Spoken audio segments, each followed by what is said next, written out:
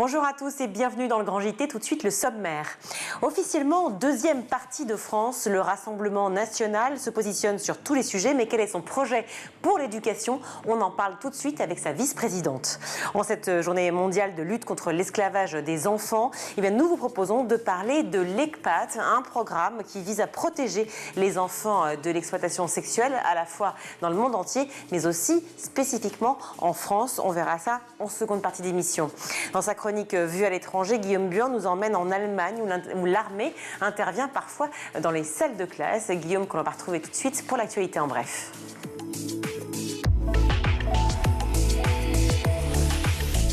Bonjour Guillaume. Bonjour Virginie, bonjour à tous. Pour débuter, un gros dossier, celui du gouvernement qui planche sur un projet de loi qui vise à durcir les sanctions contre les mineurs délinquants et leurs parents. Et cela fait suite à plusieurs agressions ces derniers jours à Montpellier, à Viry-Châtillon ou encore à Romans-sur-Isère. Dans les colonnes de l'opinion, le garde des Sceaux entend justement restaurer la parentalité. C'est une très bonne chose pour le maire de Viry-Châtillon, Jean-Marie Villain. Il était l'invité ce matin de RMC.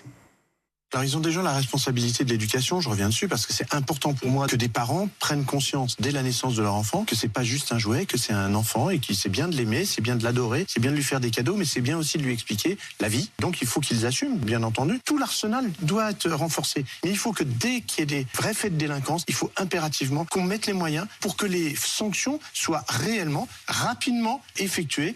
Alors Guillaume, que propose Éric Dupond-Moretti ? Eh bien dans le détail, en cas de soustraction des obligations légales des parents envers leurs enfants ou si plusieurs crimes et délits sont commis justement par le mineur, la peine encourue pour les parents est donc de 3 ans de prison et de 45 000 € d'amende. Le projet de loi envisage aussi d'ajouter une peine complémentaire de travaux d'intérêt général pour les parents d'enfants délinquants. Et en cas d'absence des parents à l'audience, le gouvernement prévoit de créer une sanction comme un stage de responsabilité parentale ou une amende pour les parents. Et cette question, justement, les autorités sont-elles confrontées à davantage de mineurs délinquants qu'auparavant? La réponse, écoutez, c'est Jean-François Ricard, le procureur national anti-terroriste qui nous la donne. Il était au micro de France Inter.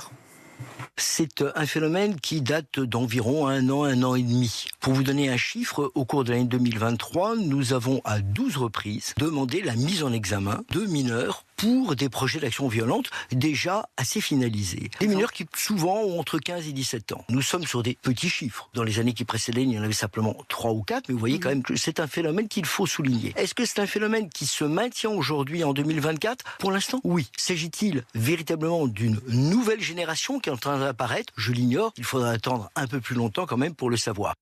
Par ailleurs, pour les mineurs, des accueils de nuit dans des établissements en protection judiciaire de la jeunesse seront peut-être mis en place. À l'Assemblée fin janvier, Gabriel Attal avait annoncé des placements en internat quand un jeune est sur la mauvaise pente. Le texte doit être débattu au Parlement avant cet été, mais pas de calendrier prédéfini pour l'instant.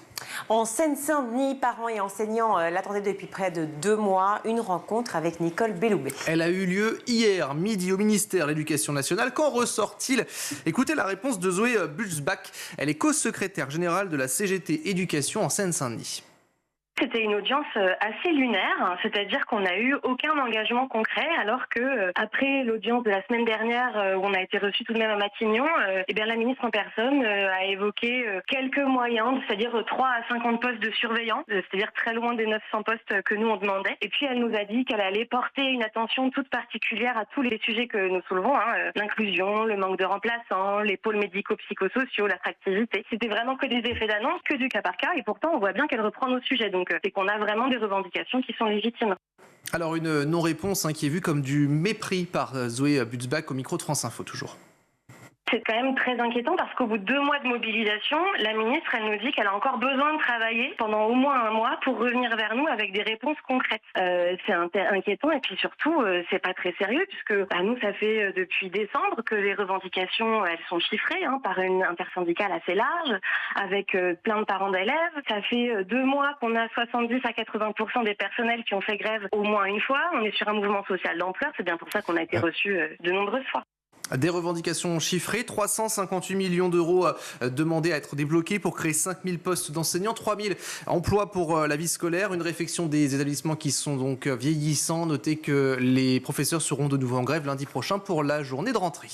Et cette information qui nous vient de nos confrères de RMC, une enquête au pénal est ouverte par le parquet de Paris après les événements survenus dans l'enceinte de Sciences Po Paris. L'objectif étant de faire la lumière sur ce qu'il s'est passé ce 12 mars dernier quand une étudiante juive a été refoulée de l'amphithéâtre où se tenait une manifestation pro-palestinienne. À la tribune, selon Sciences Po, des propos accusatoires à l'encontre de l'Union étudiants juifs de France. L'étudiante refoulée assure qu'elle était sioniste, c'est pourquoi elle n'est pas rentrée. Ce que récusent les organisateurs par la voix de leur avocat. Écoutez, c'était sur RMC. Il n'y a eu absolument aucun espèce de manquement pénal. Cette étudiante n'a absolument pas été ciblée en raison de son appartenance religieuse. Si elle a pu être empêchée d'assister à cet événement, c'est qu'elle pouvait filmer, prendre des photos des personnes qui pouvaient participer à ces événements. Ce qui est vraiment frappant dans le dossier, c'est l'emballement qu'il y a autour de cette affaire médiatique de la part de l'administration, de la justice. Il faut que les choses puissent s'apaiser et il faut dégonfler la bulle qui est en train de se créer et qui a mis lieu de l'instrumentalisation qu'on est en train d'en faire. Vous nous emmenez désormais, Guillaume, à Sydney, en Australie, où hier une attaque au couteau a fait 4 blessés. La vie de ces 4 hommes n'est pas menacée. L'agression a été filmée, diffusée sur Facebook. Une attaque en pleine messe dans une église à l'ouest de la ville. Ce qui interroge surtout, c'est l'âge du suspect, un adolescent de 15 ans qui a été maîtrisé par les fidèles et à l'arrivée de la police, transporté dans un hôpital pour soigner ses blessures. Le jeune garçon ne fréquentait pas régulièrement justement cette église. Il est connu des services de police. Il a demandé notamment à parler à ses parents. Une agression qui intervient 2 jours après une autre qui était mortelle cette fois-ci. 6 morts et plusieurs dizaines de blessés dans un centre commercial de Sydney. Merci beaucoup Guillaume pour ces informations. Premier parti d'opposition, mais quelle vision le Rassemblement national a-t-il pour l'éducation, les jeunes et leur avenir en cette période de tension dans la société et dans le monde éducatif en particulier? Eh bien, nous allons recevoir la vice-présidente du parti, Edwige Diaz.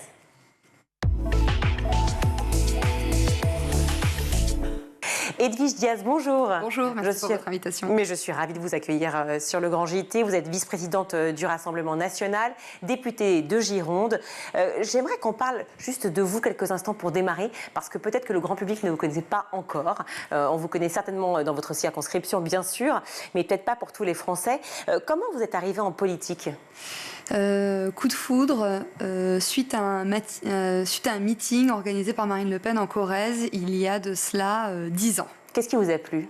Son charisme, ses propos, son engagement, sa détermination.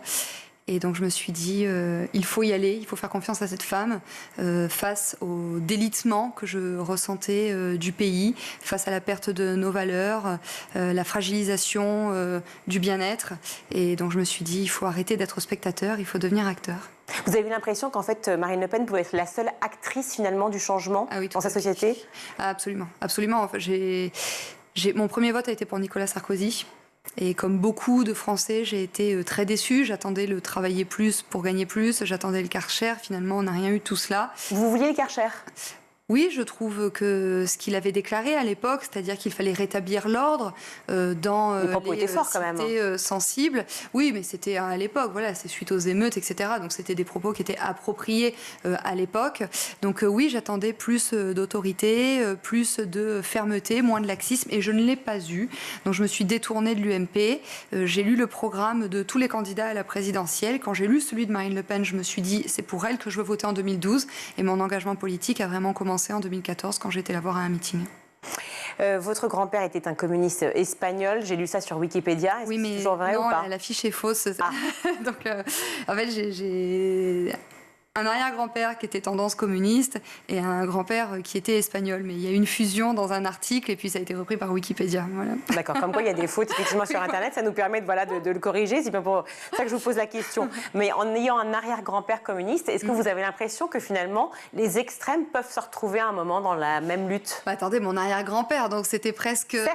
voilà. Mais c'est d'une façon que vous pensez. Est-ce que vous pensez que par exemple avec LFI aujourd'hui vous pouvez avoir des luttes communes ? Vous savez, moi je considère que nous ne sommes pas extrêmes. Nous ne sommes pas d'extrême droite, nous ne sommes pas extrémistes. Par contre, sur l'échiquier politique, excusez-moi, sur l'Assemblée, vous vous positionnez quand même à l'extrême droite.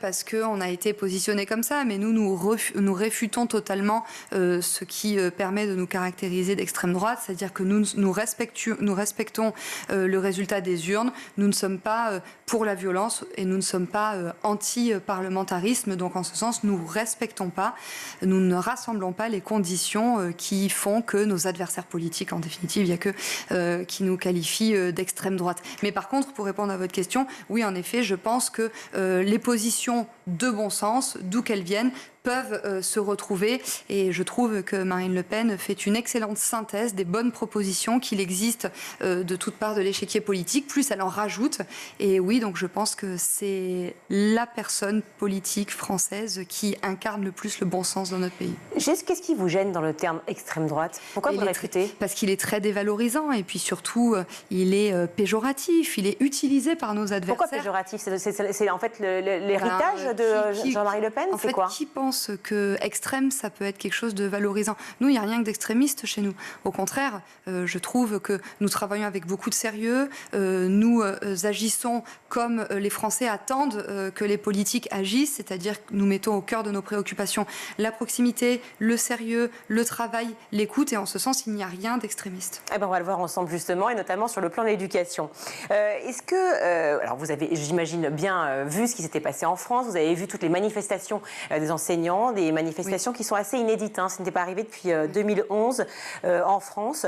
Est-ce que vous avez été touché déjà par cette situation des enseignants en France, et notamment, je disais en début d'échange, dans votre circonscription, puisque vous êtes député de Gironde? Oui, tout à fait, et je me permets de rajouter ce qui n'est pas marqué dans ma fiche Wikipédia, mais c'est que ma mère était enseignante. Donc je suis en effet particulièrement sensible aux conditions de travail des enseignants qui sont de plus en plus difficiles, et très sincèrement, je trouve que l'État n'est pas aux côtés de l'éducation nationale d'une manière générale. C'est-à-dire les enseignants sont délaissés, les parents d'élèves sont inquiets, et finalement les conditions d'apprentissage des élèves ne sont pas réunies.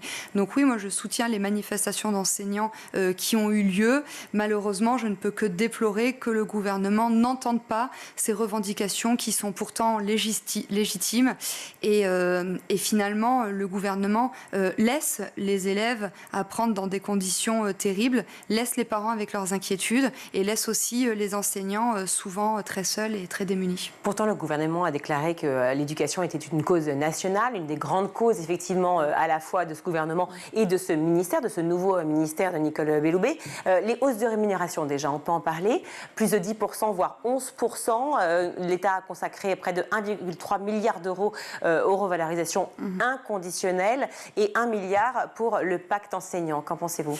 Oui, mais en fait, le problème, c'est que le gouvernement fait souvent des annonces, mais qui ne sont pas suivies des faits.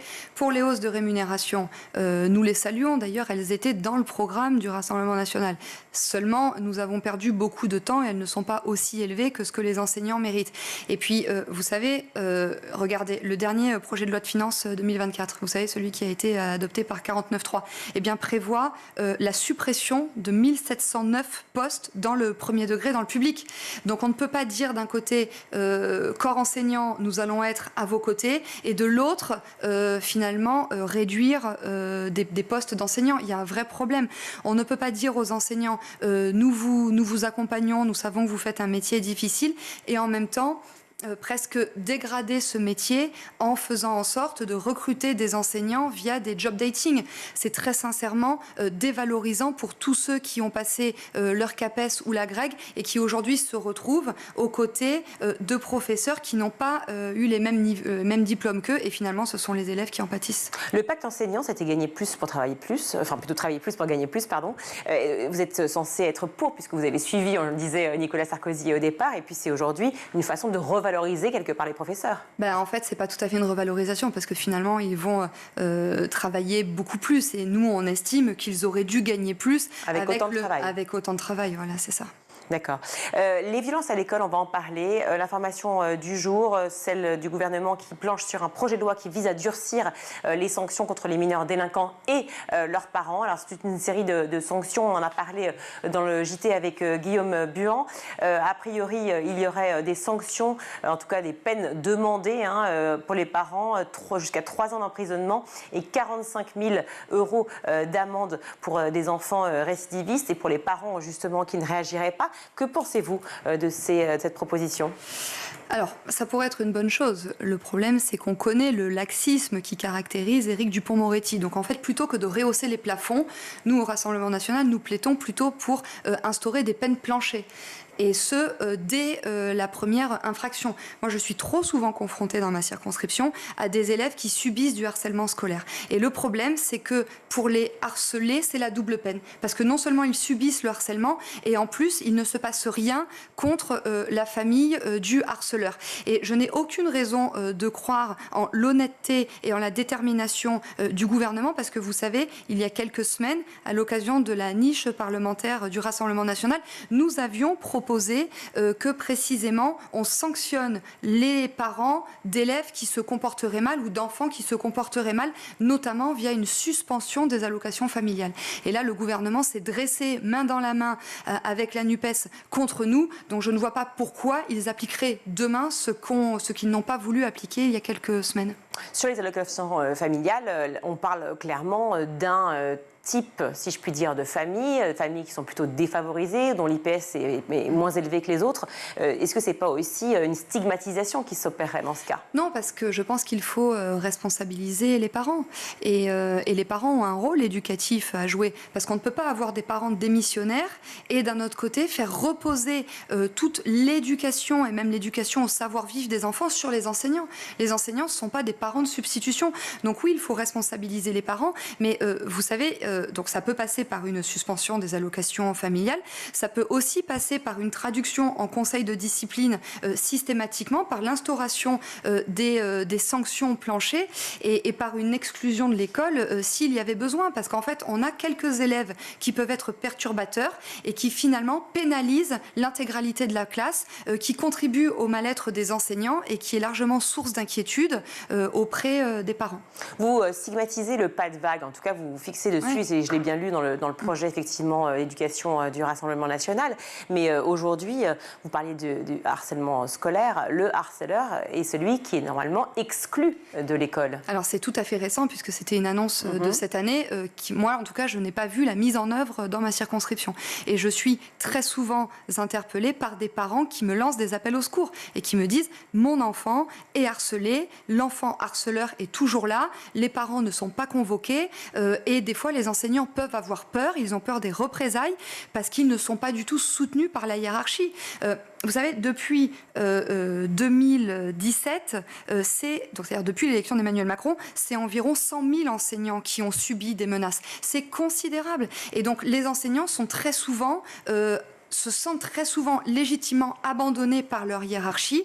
Et donc oui, il faut absolument réarmer les enseignants pour qu'ils osent dire aux parents, écoutez, vous ne faites pas le travail comme il faut, mais surtout pour que la sérénité, l'apaisement puissent revenir dans les établissements scolaires. Vous avez l'impression, en dehors du harcèlement scolaire, qu'il y a une recrudescence de la violence au sein même des établissements scolaires ? Oui, tout à fait, je le sens. Donc il y a la violence, mais on peut aussi parler des atteintes à la laïcité qui explosent dans notre pays. Et là aussi, les professeurs sont absolument démunis. Il y a beaucoup de professeurs qui votent Rassemblement national aujourd'hui. Moi, j'en ai dans mon entourage. Et ils me disent, je crois que c'est 70% des professeurs qui se sont déjà auto-censurés. C'est-à-dire qui n'ont pas fait cours comme ils auraient pensé être bien de le faire, mais parce qu'ils se disent, oh là là, on a peur de représailles. Et regardez, le proviseur du lycée Ravel à Paris, qui a subi des menaces, voilà, c'est ça, parce qu'il avait demandé à une élève de retirer son voile. Il n'a pas du tout été soutenu, puisque la ministre Belloubet a parlé d'un retrait pour convenance personnelle. C'est nier la réalité. Et à ce moment-là, quand vous mentez, je pense que ce n'est pas un message positif que vous envoyez au corps enseignant. Alors, la petite nuance, c'est que c'est le rectorat qui a demandé ça, et en fait, l'État a porté plainte, en l'occurrence. Mais Oui, c'est la moindre des choses. Et d'ailleurs, dans le programme de Marine Le Pen, le programme éducation nationale de Marine, nous l'avions dit, il faut systématiquement que l'État dépose plainte en matière de soutien quand un professeur est agressé. Madame Belloubet l'a annoncé récemment, c'est beaucoup trop tard. Beaucoup de dégâts ont été faits. Vous parlez de mesurettes, entre guillemets, en ce qui concerne le déploiement d'une force mobile de sécurité dans les établissements en difficulté. Qu'auriez-vous fait? Qu'auriez-vous proposé? Alors, donc en fait, cette annonce a eu lieu dans le cadre d'un déplacement à l'initiative de Madame Belloubet, qui est venue précisément en Gironde. Donc moi, j'ai assisté à ce déplacement. Et en fait, j'ai interpellé la ministre. Je lui ai dit, face à l'environnement à caractère djihadiste qui est incontestable au sein de nos établissements scolaires, pourquoi vous n'osez pas nommer le mal, à savoir l'entrisme islamiste au sein des établissements scolaires? Eh bien, elle ne m'a pas répondu. Elle a répondu que notre union faisait notre force et que nous étions un bouclier. Très sincèrement, avec un bouclier en carton, je pense que les islamistes doivent bien rire. Et donc, mettre sa force d'action mobile... force mobile de sécurité. Voilà, force mobile de sécurité, c'est pas du tout au niveau, parce qu'en fait, cette force est constituée d'une vingtaine de personnes qui sont bénévoles, qui peuvent être des enseignants, qui peuvent être des psychologues, et qui vont pouvoir intervenir dans les jours après le signal d'alerte au sein des établissements. Sauf qu'en fait, cette force est tout à fait sous-dotée, c'est-à-dire en matière d'effectifs, parce que c'est 20 personnes pour toute la France. Elle est sous-dotée en matière de pouvoir, parce qu'en fait, qu'est-ce qu'ils pourront faire? Pas grand-chose. En tout cas, ils n'ont aucun pouvoir de sanction. Ils seront armés? Non, et surtout le délai, c'est que ça commence à la rentrée 2024, alors que l'urgence, elle est immédiate. Je rappelle, le nombre d'atteintes à la laïcité a explosé. C'est 4000 en 2023 contre 2000 en 2020. Donc en fait, le dispositif annoncé par Madame Belloubet est bien en deçà de ce qu'il faudrait faire. Et donc, j'espère qu'il fonctionnera, mais je me fais assez peu d'illusions. Vous préconisez effectivement un retour à la laïcité dans les établissements. La laïcité, elle est valable pour toutes donc les religions.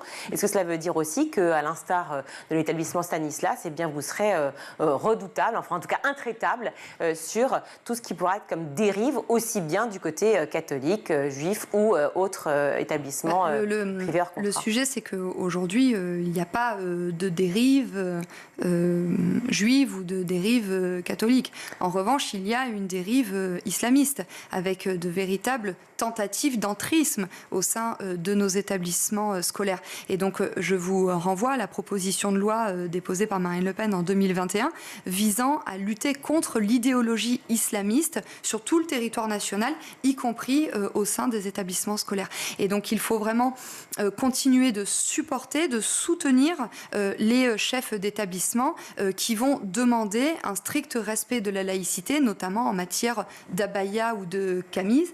Et le problème, c'est que, vous voyez, il y a quelques semaines, au sein d'un collège de Lyon, eh bien, un proviseur a demandé à des femmes voilées, à l'occasion d'une journée portes ouvertes, d'enlever leur voile pour rentrer dans l'établissement scolaire. Eh bien, la direction académique a demandé à ce proviseur des excuses. Et là, je pense que ça n'est évidemment pas une bonne chose. C'est un très mauvais signal qui est envoyé. Je reviens, sur l'affaire Stanislas. Vous avez suivi ce qui s'est passé, notamment avec l'ex-ministre de l'Éducation, Amélie Oudéa-Castéra. L'affaire de ce collège, non pas pour le stigmatiser, mais enfin, il y a eu une affaire, elle est ce qu'elle est, et elle visait justement la dérive de ce qui était proposé comme pédagogie aux élèves du collège Stanislas, et notamment une dérive sur le plan, pour le coup, qui était catholique. Donc vous dites qu'il n'y a pas de dérive, mais il y en a. Je pense que les convictions catholiques aujourd'hui ne portent pas atteinte à la stabilité en matière d'enseignement au sein de notre pays. Et s'il y a eu un problème au sein de cet établissement, il faut le régler, bien évidemment. Je ne voudrais pas qu'on se serve de cet établissement pour occulter le véritable danger qui pèse sur nos écoles, c'est-à-dire l'islamisme radical. Je l'entends, mais je voulais avoir votre point de vue sur cette affaire. Parlons des savoirs fondamentaux. Les différents ministres de l'Éducation d'Emmanuel Macron ont successivement accentué leur politique sur ce qu'on appelle les savoirs fondamentaux, à savoir le français et les mathématiques. Vous parlez aussi de l'histoire qu'il faudrait également ajouter à ces fameux savoirs fondamentaux. Oui, je pense que c'est absolument nécessaire qu'à la sortie de l'école, les élèves puissent maîtriser l'écriture, les mathématiques et aussi l'histoire, parce que c'est ce qui contribue contribue à créer un sentiment d'appartenance au pays. Je pense que c'est absolument nécessaire. Et aujourd'hui, malheureusement, ça n'est pas le cas. Moi, vous savez, je suis comme les 85% de Français qui considèrent que depuis 10 ans, il y a eu un nivellement par le bas de ce qu'on apprend au sein de nos établissements. Donc oui, il faut réarmer l'école, il faut réenseigner les fondamentaux à nos élèves. Le seul problème, c'est qu'en fait, ça, je l'entends de la bouche de tous les ministres de l'Éducation nationale et que malheureusement, cela ne se produit pas. Le nombre d'heures dans le primaire a diminué aussi au cours de ces 40, voire même 50 dernières années. Je crois que ça remonte aux années 60. Est-ce que vous pensez que ça aura un impact, que cela a un impact, sur l'apprentissage de nos enfants et votre position aussi, si jamais vous arrivez effectivement en 2027 au pouvoir, je parle du RN, est-ce que vous allongerez le temps de présence de nos enfants à l'école primaire? Alors, c'est une éventualité, mais surtout, ce qu'on voudrait, c'est que les élèves ne se dispersent pas avec l'apprentissage d'enseignements qui ne sont pas essentiels. Lesquels ? On a eu quelques cours d'origami, des cours d'éducation. Ça, origami. Non, mais ça existe.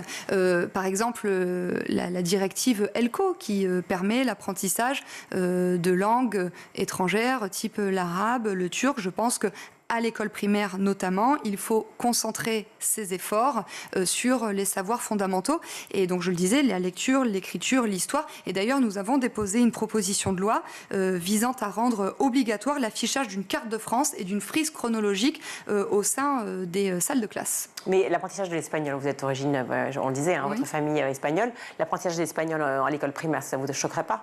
Non, mais en fait, si c'est en plus, pourquoi pas mais le problème, c'est que je ne veux pas que ça soit à la place d'eux. Et là, en fait, on ne peut pas nous dire qu'aujourd'hui, tout va bien. Quand on a un nombre considérable d'élèves qui sortent, qui arrivent en 6e sans maîtriser totalement la lecture, ça pose un problème. Je veux dire, tous les indicateurs de classement, de niveau des élèves tirent la sonnette d'alarme et devraient nous interpeller sur l'urgence qu'il y a à remédier immédiatement à ce problème de perte de savoir, parce que oui, je pense que l'école est véritablement en danger aujourd'hui. Et quand je dis l'école, c'est bien sûr nos élèves. Dernière petite question, je vais me faire tuer par la régie, mais ce n'est pas grave. Ne pas dépasser 20 élèves par classe, tout le monde en rêve. Je pense qu'aucun parent n'est contre, aucun professeur n'est contre. Mais comment est-ce réalisable, honnêtement ? C'est réalisable dès lors qu'on arrive à rendre le métier d'enseignant attractif. Il y a 15 millions d'heures de cours qui n'ont pas été remplacées quand un professeur s'absente. Donc, en fait, il faut commencer par recruter des professeurs pour éviter qu'il y ait des absences, des heures d'absence non remplacées, mais il faut continuer de recruter des professeurs pour qu'on puisse procéder au dédoublement des classes. Et il faut aussi que les petites communes soient accompagnées, parce qu'on a, en fait, il y a des impératifs qui s'imposent à des petites communes qui n'ont pas le budget suffisant pour créer davantage de classes. Donc en fait, plus de budget, budget alloué en 2027 si le RN arrive au pouvoir. Plus de budget pour la construction d'écoles, plus de budget pour le recrutement de professeurs et plus de budget pour la rémunération des professeurs. Nous considérons que le budget de l'éducation nationale doit faire partie de nos priorités parce qu'en fait, ça n'est pas une dépense, c'est un investissement parce que nous investissons sur l'avenir de nos jeunes. Sachant que c'est déjà le cas aujourd'hui, le budget de l'éducation est quand même assez important en France. Oui, mais très sincèrement, on se demande où passe l'argent. Parce que moi, je vous dis, dans ma circonscription, je suis confrontée à beaucoup d'heures de professeurs non remplacés, à beaucoup de fermetures de classes et donc je me demande, où passe l'argent.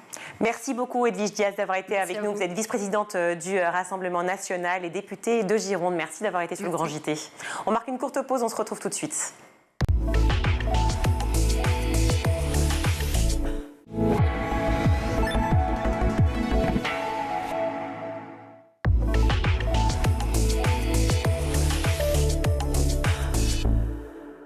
De retour dans le Grand JT d'éducation, je suis ravie d'accueillir Guillemette Vuillard. Bonjour.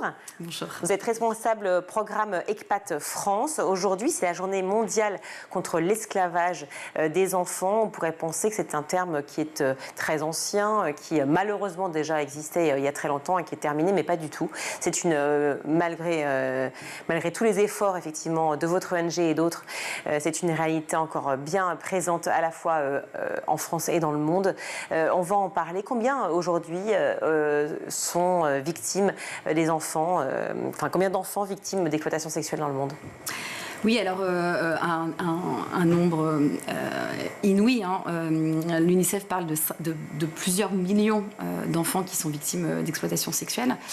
Donc c'est un nombre très, très important, malheureusement trop important. Et on sait que c'est un phénomène qui est très peu visible, un phénomène qui est illégal. Donc voilà, un chiffre très difficile à déterminer. Mais c'est le chiffre, je dirais, officiel, en tout cas de l'UNICEF. C'est un phénomène qu'on peut retrouver partout dans le monde. ECPAT, en fait, c'est une association qui est née initialement en Thaïlande, et donc un réseau qui signifiait ECPAT, End Child Prostitution in Asian Tourism, donc avec des acteurs du tourisme, des acteurs de la protection de l'enfance qui se sont alarmés de la situation, notamment de ce qu'on appelait à l'époque le tourisme sexuel impliquant les enfants. Donc on parle aujourd'hui vraiment d'exploitation sexuelle des enfants dans le cadre du tourisme et des voyages, et cette campagne visait à mobiliser les autorités, à mobiliser le grand public, à sensibiliser sur le fait qu'il y avait cette exploitation avec, comme on le savait dans les années 90, des charters qui pouvaient venir d'Europe. C'est toujours le cas aujourd'hui ? Alors, l'exploitation sexuelle justement des enfants dans le cadre du tourisme et des voyages, c'est plus la seule exploitation sexuelle qui existe, et c'est vrai que c'était vraiment la partie émergée de l'iceberg. Aujourd'hui, le réseau s'est mieux renseigné, a mieux compris la situation, et finalement, c'est un phénomène qui n'est pas uniquement dans le cadre du tourisme et des voyages, et c'est un phénomène qui n'est pas non plus uniquement en Thaïlande ou dans l'Asie du Sud-Est. Donc, aujourd'hui, le réseau travaille sur la lutte contre l'exploitation sexuelle des enfants en général, et en particulier la traite des enfants à des fins sexuelles avec différentes formes. La lutte contre l'exploitation sexuelle des enfants en ligne. Là, c'est un phénomène qui se développe beaucoup, et on travaille aussi beaucoup sur la prostitution des mineurs, et donc la prostitution locale dans des bas quartiers, également en France auprès de jeunes filles françaises, et dans les pays de développement où ECPAT intervient. Oui, parce que vous parliez effectivement de la Thaïlande et de l'Asie en général, où ce tourisme sexuel avait été vraiment dénoncé dans les années 80 et toujours dénoncé bien entendu aujourd'hui. Mais quels sont les pays les plus touchés ? Et on va venir au cas de la France juste après. Quels sont les pays dans le monde les plus touchés ? Alors, l'exploitation sexuelle, c'est vraiment beaucoup de pays. On a une grosse étude qui a montré qu'aujourd'hui, finalement, c'était les pays dits du Sud, mais également des pays du Nord. On avait initialement l'Asie du Sud-Est, mais aujourd'hui, on travaille aussi beaucoup sur le continent africain, où l'exploitation sexuelle, donc dans le cadre du tourisme et des voyages, existe, mais également l'exploitation sexuelle locale.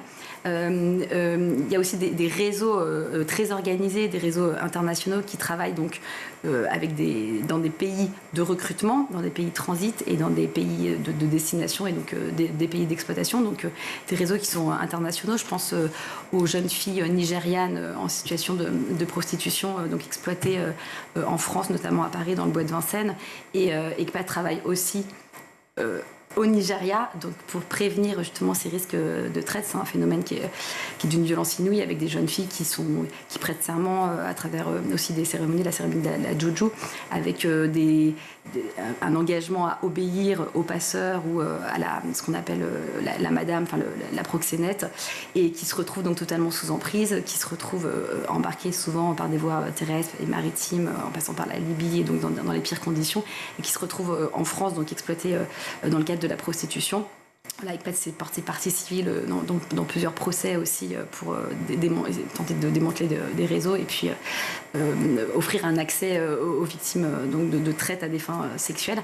Et donc voilà, avec une volonté aussi de travailler dans le pays d'origine pour prévenir ces risques, et puis dans les pays de destination. Donc des pays, tous les pays en fait sont touchés. Les pays en développement évidemment plus fortement touchés du fait des conditions et parfois de la grande détresse de certaines familles, des fortes inégalités de genre aussi, un manque de protection, un manque aussi de structures et de systèmes de protection. On travaille beaucoup à Madagascar, donc initialement un pays aussi qui est un pays de destination de tourisme sexuel. Voilà, on parle toujours d'exploitation sexuelle des enfants pour justement montrer qu'il ne s'agit pas d'une forme de tourisme, mais vraiment d'une violation des droits de l'enfant. Et à Madagascar, donc en particulier, donc on travaille aussi avec ces enfants. Internet accélère aussi cette exploitation. Pendant le confinement, les frontières ont été fermées. Plusieurs abuseurs aussi étrangers, on parle de prédateurs itinérants, ne pouvaient plus se rendre sur place. Donc je prends l'exemple de Madagascar.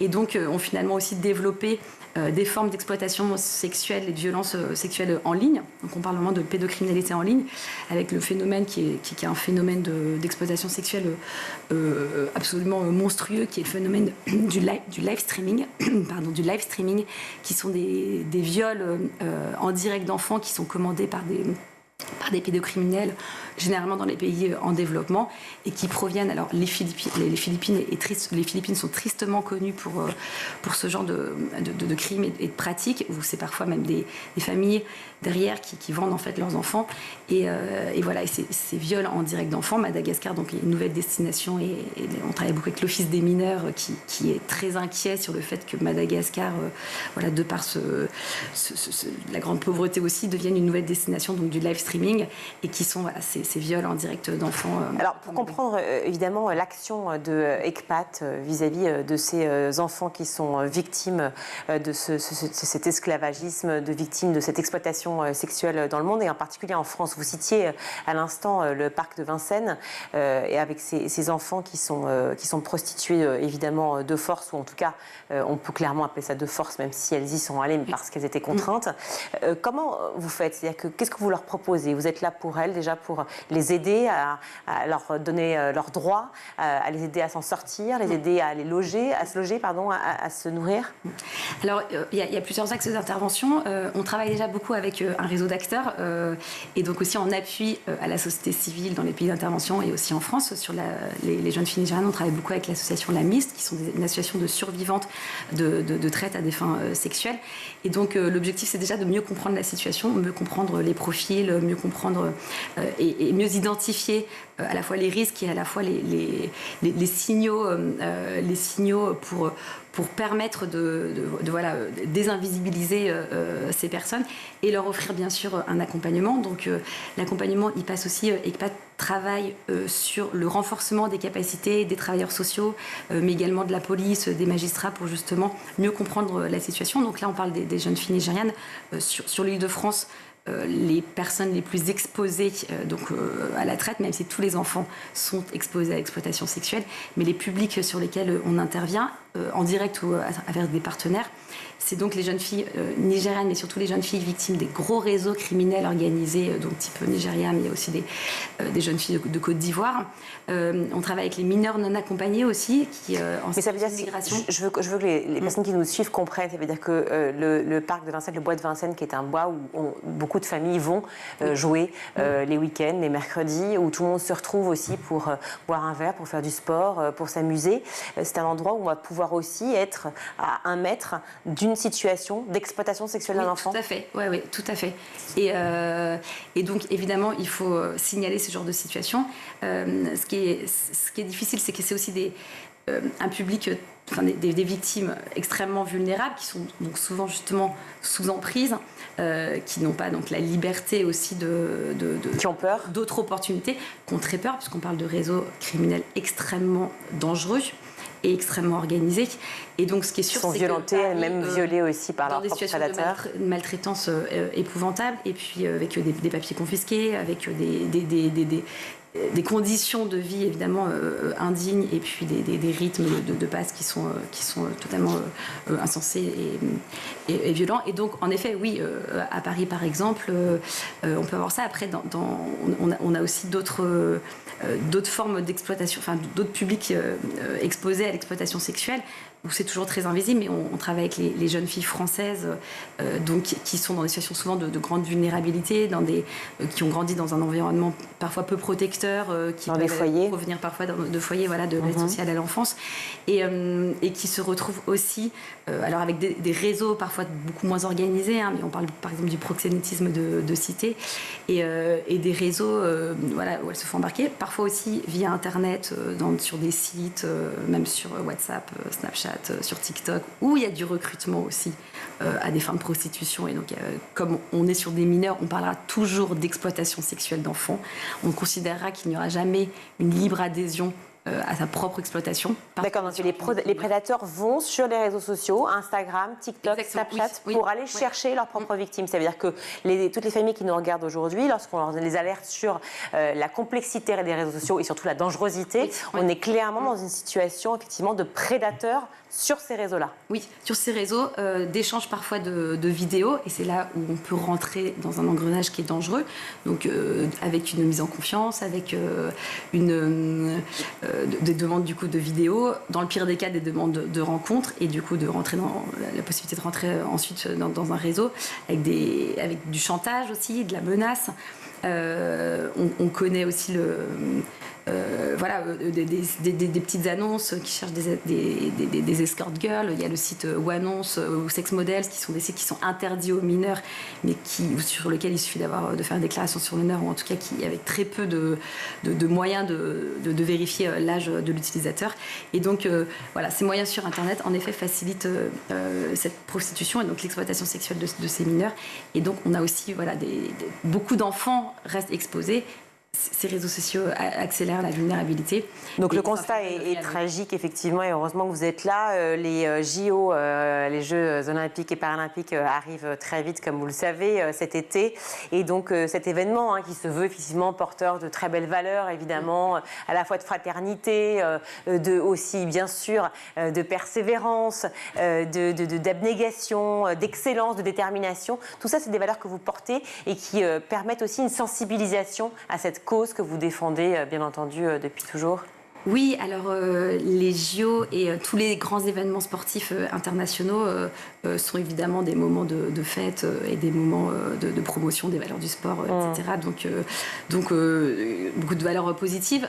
On sait que les JO qui arrivent à Paris comportent aussi des risques d'esclavage moderne, des risques de traite, et en particulier de traite à des fins sexuelles. Donc aujourd'hui, on sensibilise les acteurs sur l'identification aussi de ces personnes à risque de traite pendant ces événements. Donc il y a toute forme une campagne qui est menée avec le collectif de lutte contre la traite, donc qui est un collectif avec près de 30 associations françaises qui travaillent sur la lutte contre la traite en général, donc dans le travail forcé, dans la mendicité forcée, dans les personnes contraintes à commettre des délits, donc dans toutes les formes de traite, donc on parle d'esclavage moderne, donc dans toutes ces formes, et d'autres associations qui travaillent plus spécifiquement comme ECPAT sur l'exploitation sexuelle. Et on sait que cet événement qui va attirer un grand nombre de spectateurs dans un environnement, dans un moment particulièrement festif, et où les personnes souvent, notamment qui arrivent un peu de l'extérieur, ont souvent un sentiment d'impunité, se disant ce qui se passe pendant les JO reste aux JO. Donc on a aussi des potentiels abuseurs et des potentiels prédateurs qui ne viennent pas dans ce but-là. Et c'est malheureusement une grande opportunité aussi pour des exploiteurs et des exploitants pour recruter des personnes parmi les publics vulnérables et pour malheureusement faire entrer dans les réseaux. Merci beaucoup d'avoir été avec nous, Guillemette Vuillard, pour nous parler effectivement du programme, des programmes que vous portez au sein de ECPAT France. Évidemment, vous allez sur le site internet d'ECPAT et vous savez que pour que ces projets, ces aides, ce soutien continue, et bien évidemment, c'est toujours une affaire aussi de sous. Et donc, si vous voulez financer, que ce soit peu ou beaucoup, dans tous les cas de figure, vous savez que vous aiderez énormément pour aider ces enfants et aiderez aussi les projets que vous portez par l'ONG ECPAT. Merci beaucoup d'avoir été avec nous. Un grand merci. Merci. On va tout de suite retrouver Guillaume Blanc pour sa chronique.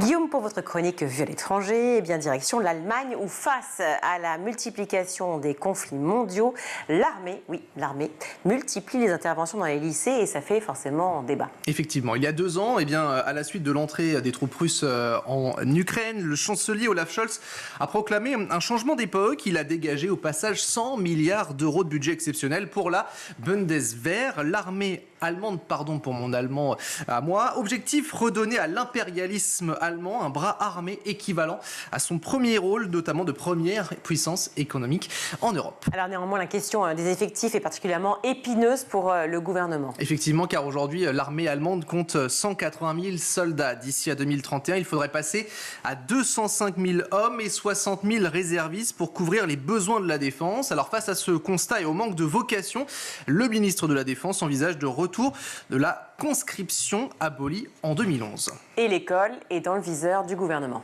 Avec la ministre notamment de l'Éducation allemande qui a souligné la responsabilité des écoles pour préparer les enfants à des exercices de protection civile. L'objectif doit être de renforcer notre capacité de résistance, a-t-elle annoncé, souhaitant au passage que ces exercices qui doivent préparer les enfants à l'éventualité d'une guerre fassent partie de leur quotidien. Toutefois, elle a appelé les écoles à adopter une attitude décomplexée vis-à-vis de l'armée.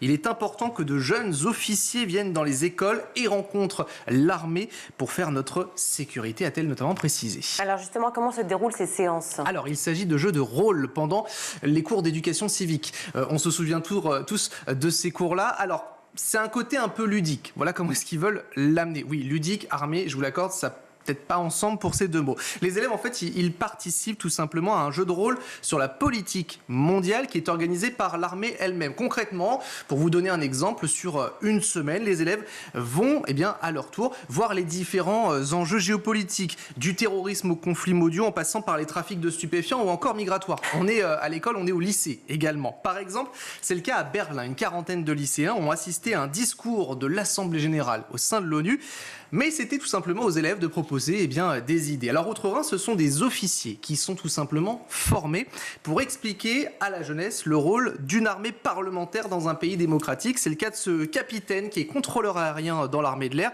Il est notamment animateur. Écoutez. On nous soupçonne de venir dans les écoles pour y faire du recrutement, mais ce n'est pas le cas. Nous informons sur la politique de sécurité. Il y a toujours des élèves qui s'intéressent à la blosphère en tant qu'employeurs, mais la seule chose que nous pouvons faire dans ces cas, c'est de les diriger vers le service d'orientation de l'armée. Alors néanmoins, cela fait débat, on en parlait, et notamment du côté des syndicats enseignants. Écoutez justement cette représentante. Nous voyons ces interventions de façon très critique, car les officiers vont dans les classes pendant les cours. Or, nous sommes d'avis que l'éducation politique doit revenir aux enseignants qui sont formés pour ça. Le jeu politique en soi est certainement très bien sur le plan didactique, oui, mais il n'est pas équilibré en ce sens qu'il suit une logique de guerre, et assez souvent, ce jeu se termine par un scénario de guerre nucléaire. Alors, qui doit enseigner, les professeurs ou encore l'armée? La question divise. À l'heure actuelle, la ministre de l'Éducation a pour l'instant affirmé que le retour d'un service militaire obligatoire n'était pas trop d'actualité. La réponse du ministre de la Défense, pour lui, il faut y revenir, et notamment d'ici 2025, c'est donc demain. Donc il y a débat. En tout cas, l'idée effectivement d'assister à un discours de l'Assemblée générale de l'ONU et aux élèves de proposer, c'est quand même pas mal. Ça, c'est intéressant. L'idée que ce soit l'armée qui vienne, ça a un peu plus de mal. Mais l'idée fait son chemin, en tout cas. Il y a débat. Merci beaucoup, en tout cas, pour cet éclairage, Guillaume. Tout de suite, on va retrouver Malika Ménard dans Souvenirs d'écolier. Et cette semaine, son invitée est la chanteuse du groupe Madame Monsieur, Émilie Satt. On arrive à l'école, t'étais quel genre d'élève?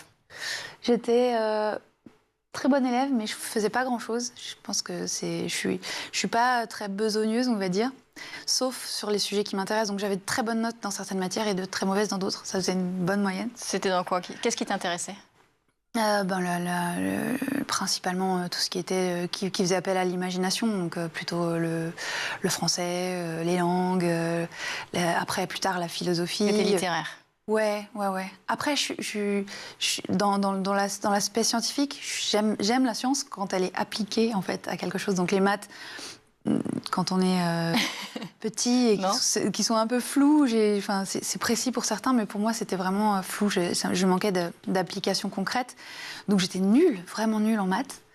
Mais c'est pas grave, on arrive quand même à faire des choses en étant nulle en maths. T'étais dissipée, t'étais bavarde, t'étais quel genre? Très bavarde. Mais aussi très leader. T'étais populaire alors? Je crois que j'étais populaire, mais jusqu'en primaire, parce qu'après on a déménagé et là ça a été la catastrophe. Vous avez déménagé où? On a déménagé pas très loin, mais finalement j'ai juste changé dans la ville d'à côté, changé d'école. Mais non, j'étais populaire. J'ai créé le clan des 4, le groupe des 5, le club du trèfle à 8 feuilles. Enfin, j'avais tout un tas de groupes. J'étais toujours la chef. Bien sûr. Et j'imposais les règles et on me suivait avec bonheur. Donc, est-ce que tu as gardé des amis de l'époque? J'ai gardé des contacts, on va dire, mais des amis de la maternelle, non, je ne peux pas dire que j'ai gardé des amis de la maternelle. À l'école primaire? Primaire, oui, non, c'est pareil. Enfin, c'est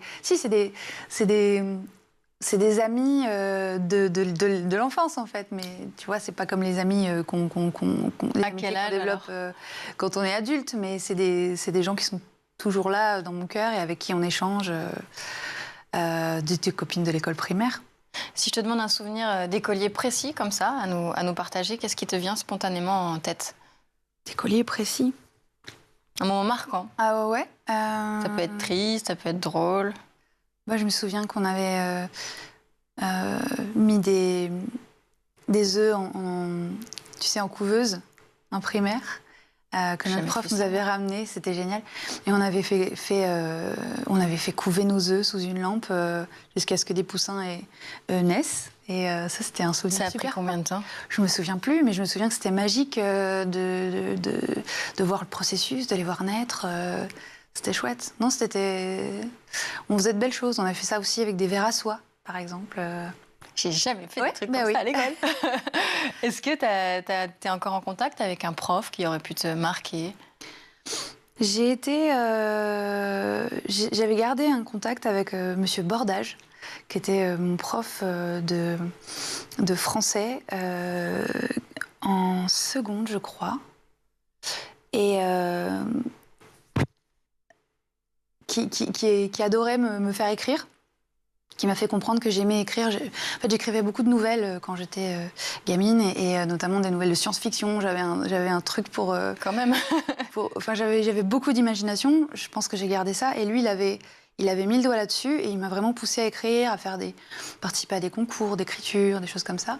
Et je me souviens que je voulais lui rendre l'appareil, et que quand l'année s'est terminée, je vais vous faire un carnet en lui disant maintenant, vous aussi, il n'y a pas de raison, vous aussi, vous devriez écrire. Et il avait gardé ce carnet, et on s'était reparlé quelques années après. Oui. Oui, donc il y avait une vraie relation qui s'était tissée avec ce Oui, enfin, il y avait une rencontre, quoi. Parce que lui avait décelé finalement ce talent en toi. Peut-être. Non? Si, je pense, puisqu'il m'avait poussé là-dedans, ouais. Enfin, c'était juste à travers les devoirs, en fait, que tu avais rendu? Ouais, les rédactions. Ma prof de sport aussi, c'était drôle. Ma prof de sport en seconde, j'étais nulle en sport. J'étais vraiment nulle. C'est pas une matière que tu apprécies, le sport? Bon, j'aimais bien, mais j'ai pas du tout l'esprit de compétition avec les autres. Vis-à-vis de moi-même, je l'ai, mais avec les autres, pas trop. Et ma prof de sport, je crois que j'avais 19 de moyenne en sport, parce qu'elle était fan de mes nouvelles de science-fiction que j'écrivais. Mais attends, tu les publiais où? Je les publiais pas, mais elle les lisait, elle les aimait bien. Et c'était, je sais pas, une espèce d'arrangement. J'avais une bonne note en sport grâce à mon écriture. Donc, ça, par contre, j'ai jamais vu un arrangement. C'est un deal particulier. Je tairai son nom pour pas qu'elle se fasse. Et elle, pas de contact encore avec cette prof de sport? Non. C'est déjà la fin de ce numéro. On se retrouve demain, toujours en compagnie d'Émilie Saad pour la suite de Souvenirs d'écoliers. Merci Malika. Demain, tout de suite, c'est le meilleur de School TV avec le Zap.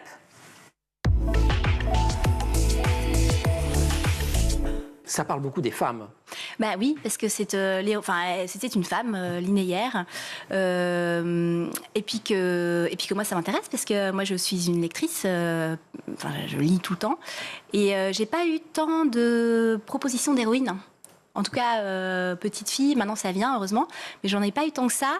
Et puis moi, j'aime beaucoup les romans historiques, et je pense que les romans historiques nous nourrissent, parce que le passé nous nourrit, nous permet de prendre le présent. Et du coup, oui, j'avais envie de lui donner, d'imaginer. C'est un roman sur la sororité aussi, parce que je ne vais pas faire la liste de tous les personnages féminins qu'on croise, mais en fait, à part à un moment donné, quand elle a créé sa milice et qu'elle commence à négocier des choses avec des patrons, notamment de triades, etc., c'est beaucoup par des femmes qu'elle va grandir, celles qu'elle perd. Oui, parce copine Feng quand elle est petite, sa cousine. Que je pense qu'elle vivait de façon cloisonnée. Et d'ailleurs, nous, à cette époque, notre société, les femmes étaient aussi beaucoup entre elles, finalement. Hein, on se mélangeait pas tant que ça. Les femmes sortaient pas dans la rue. Et du coup, je pense que les femmes sont beaucoup entre femmes. je sais plus, dans le film de Simone Veil d'ailleurs, elle le disait, c'est que elle connaissait les histoires d'avortement parce que les femmes en parlaient et les hommes ne comprenaient pas parce que on leur en parlait pas.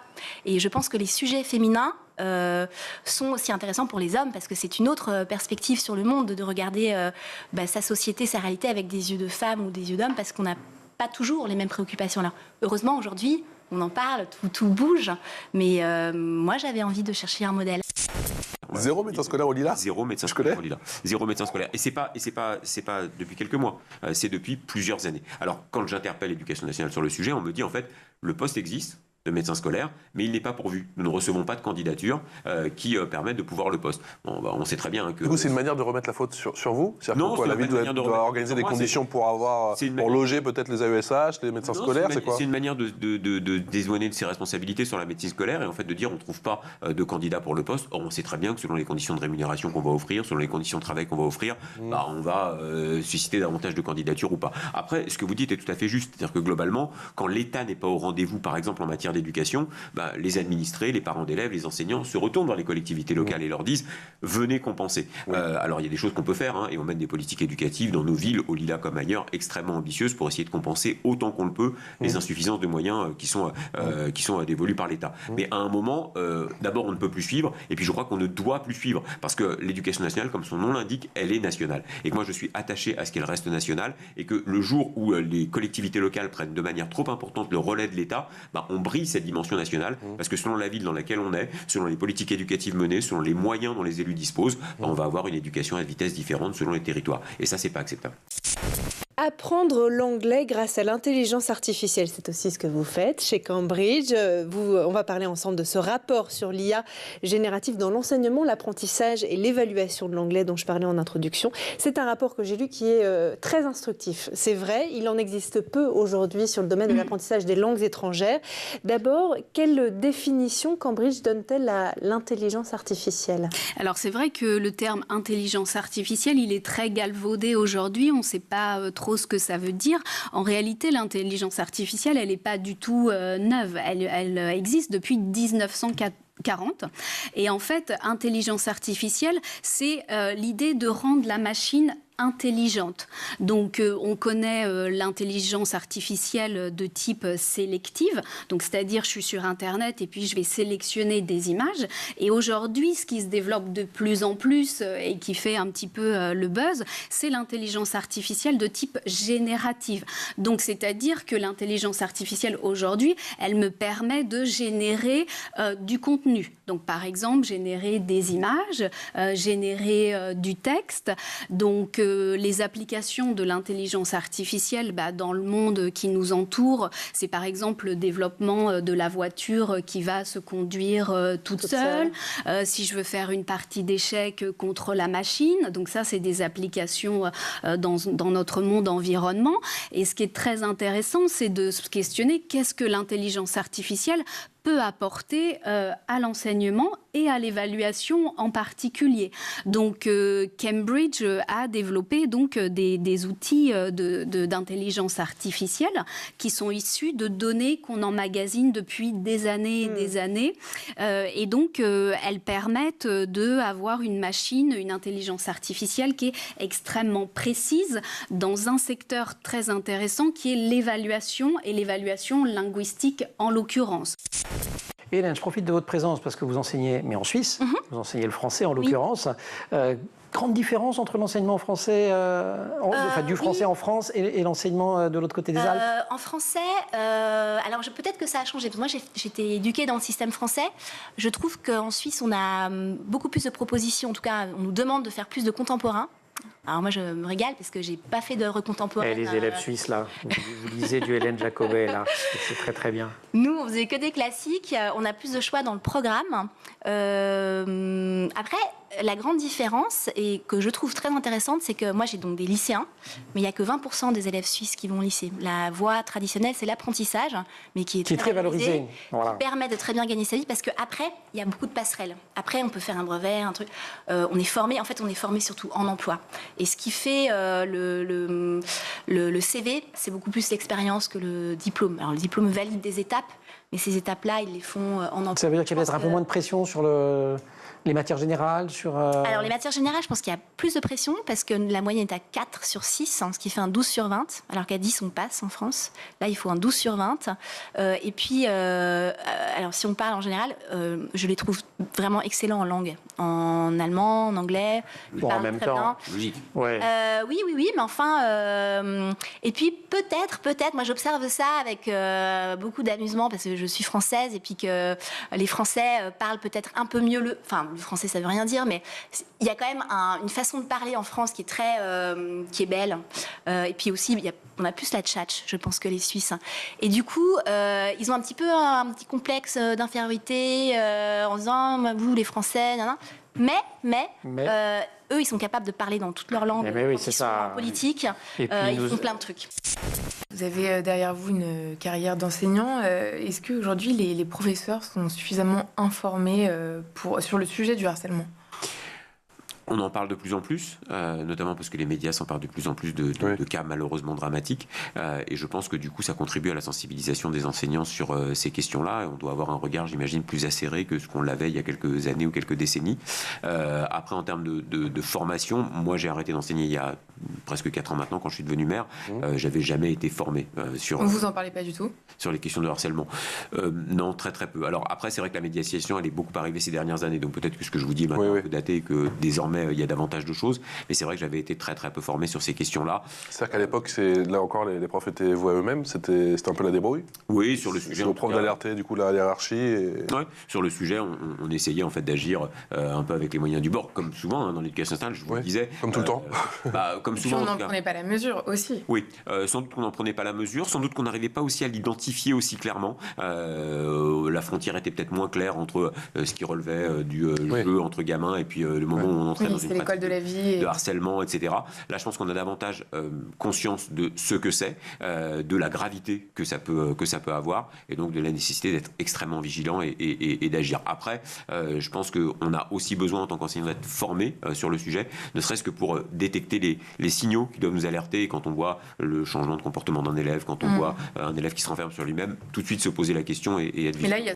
C'est la fin de cette édition. Merci à vous tous de nous avoir suivis. Merci Guillaume pour cette chronique et pour ce JT. Il n'y a pas de quoi. Toujours on apprend plein de choses et j'adore ça. On vous retrouve demain, bien entendu. Vous savez déjà.